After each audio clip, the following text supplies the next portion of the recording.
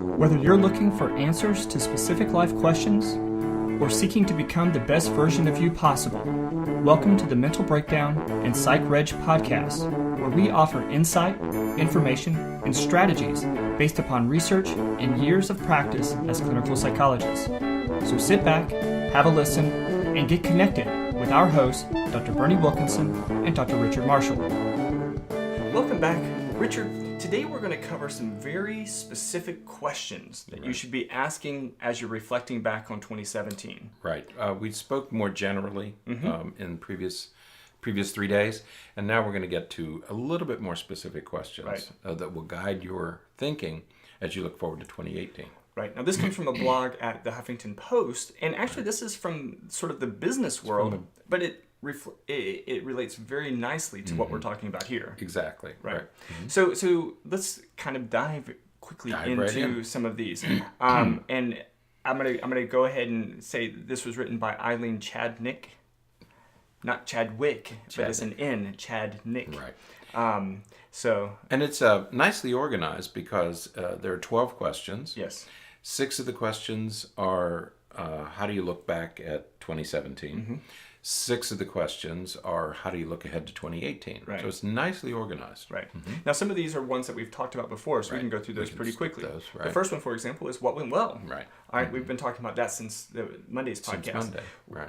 You know, looking back at the year, what went well, so that you can kind of fuel and use that as a rejuvenation to keep going. And don't do the other what went poorly. Right. There's no need to do that yet. Okay? Not yet. Just stay on what went well. Yeah. And focus on that. Sit down, make a list, write it all down. Right. What went well.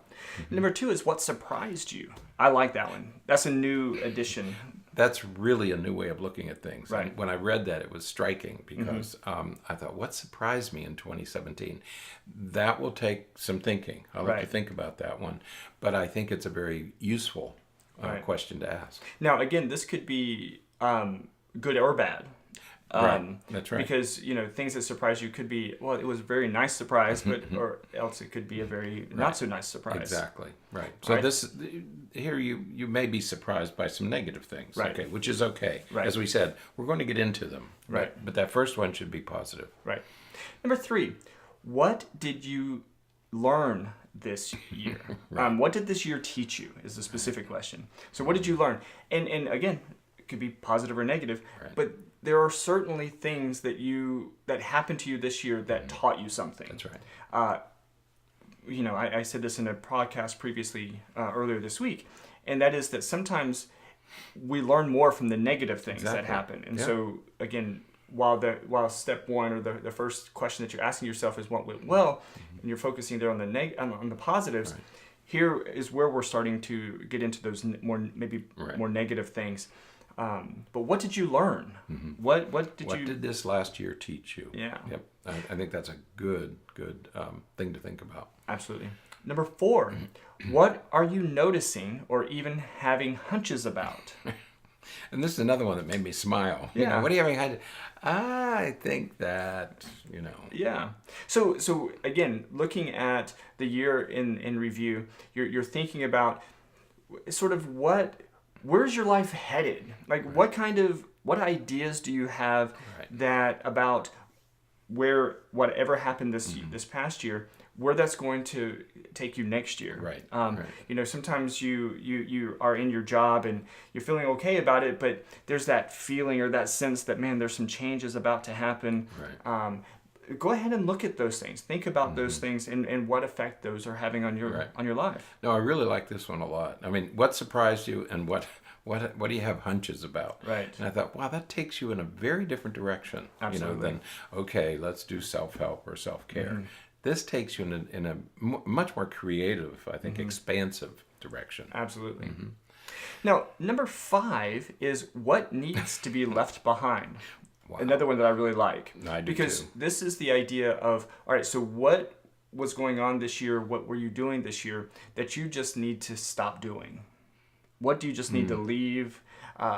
Treat 2017 like Las Vegas. What happened in 2017 stays in 2017. Right. Because there's certainly some habits and behaviors that we need to just stop. It's such a positive way.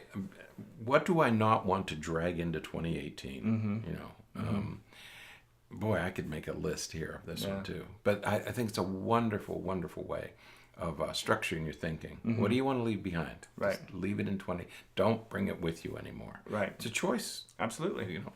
And then number 6, and it's just basically complete this phrase. 2017, well, they have 2016 year here because it was from last year. 2017 was the year of blank. I have, and I'm going to confess right up front, I have no idea what I'm going to put in there. I've looked at that 3 times now, and I have absolutely no idea.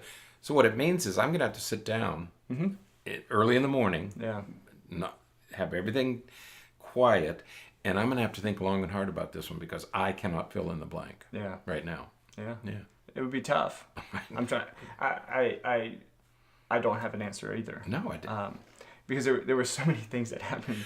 It is difficult to think of one phrase or one word or one idea that would encapsulate everything. Yeah, it was a year of so many things happening that I don't know where to begin. Right. That was my first response, is I have no idea where to begin. Right. But this is going to be a very productive exercise for me. Yeah, yeah.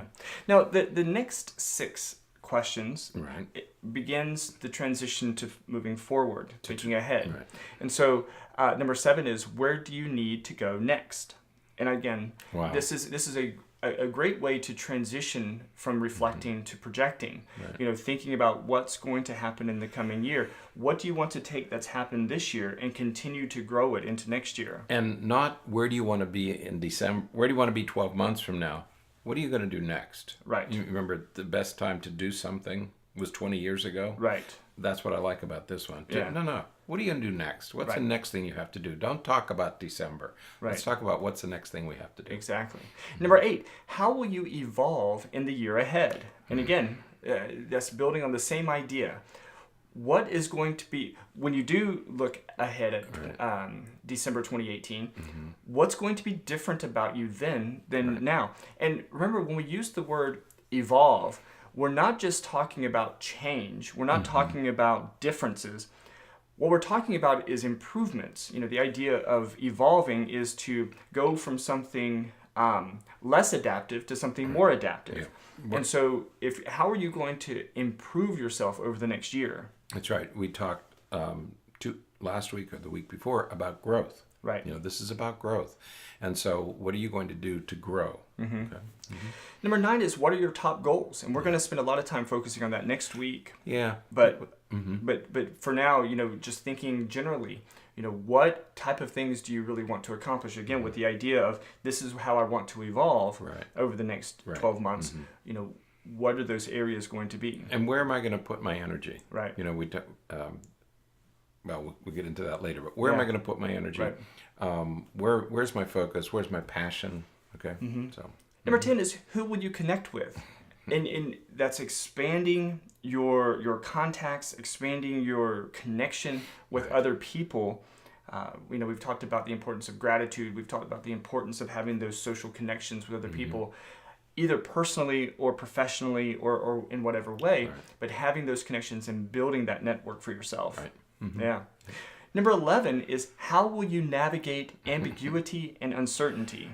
It's a little more complicated, right? Yeah. I don't know about this one. I'm going to have to give that one some thought. Yeah, it's a difficult question, but I think that it relates to a lot of the things that we've talked about regarding making goals and, you know, deciding if you're committed to something or if you're just interested in something. Right. You know, that a lot of times that creates some ambiguity. And, you know, I would really like to exercise more. Okay. That is a very ambiguous statement. And so how can you deal with that? How can you navigate through those kinds of perspectives and statements to where you're actually working to make goals? When I first read this one, I thought, oh, everybody's guilty of it, not just me. Right. We are guilty of ambiguity and uncertainty, and we don't get rid of it. We don't manage it very well. And so, again, this is one of those things that I hadn't thought about. Would not have been on my list prior to seeing this, but now that it's there, I think it's worth thinking about. Right. And then finally, number 12 is, what is your mantra for 2018? And there again, it's like finishing the sentence. Right. I'm not sure what my mantra is going to be. Right. I have some ideas, Yeah. but I haven't made a decision. Yeah. So we have a week to That's right. to get through these. Because what we should be doing right now is we should just be thinking about this and making lists and making decisions. Right. It's a contemplative process that Right. we should be in. We're in the contemplation stage. That's right. Thinking about what you want to do, what you want to accomplish, and because certainly your mantra is going to be related to whatever evolution you're wanting to have and your goals and all that kind of stuff. And what's really important. Right. That sort of thing. So there's your 12 questions for, There they are. Thinking, Get busy. reflecting on 2017 and projecting into 2018. Right. It's some great stuff. So definitely check it out. Again, it's from the Huffington Post. The link is in the show notes, but check that out. All right, that is it for today. Remember to follow us on iTunes and YouTube and Facebook and Twitter and all of those fun things. Right. We would love for you to write a review on Facebook or iTunes, comment and ask questions on the YouTube page. That would be great. Definitely check out our Patreon page, patreon.com/thementalbreakdown. It's a great way, if you have the means and interest and willingness to support some of the work that we're doing here so that we can do more. Our goal is to do more. You do, with your support, you'll get access to our Discord. Server so that you can ask questions and we can interact there and that will be a little bit more directly engaging so that we can find out what you would like more of so that we can continue to provide what we can. Make sure you're writing ratings and reviews for us in all the places where one can do that to increase our visibility to others. So thanks so much for all of that. That would be totally awesome. All right, so until next time, stay happy, stay healthy, don't forget to be afraid.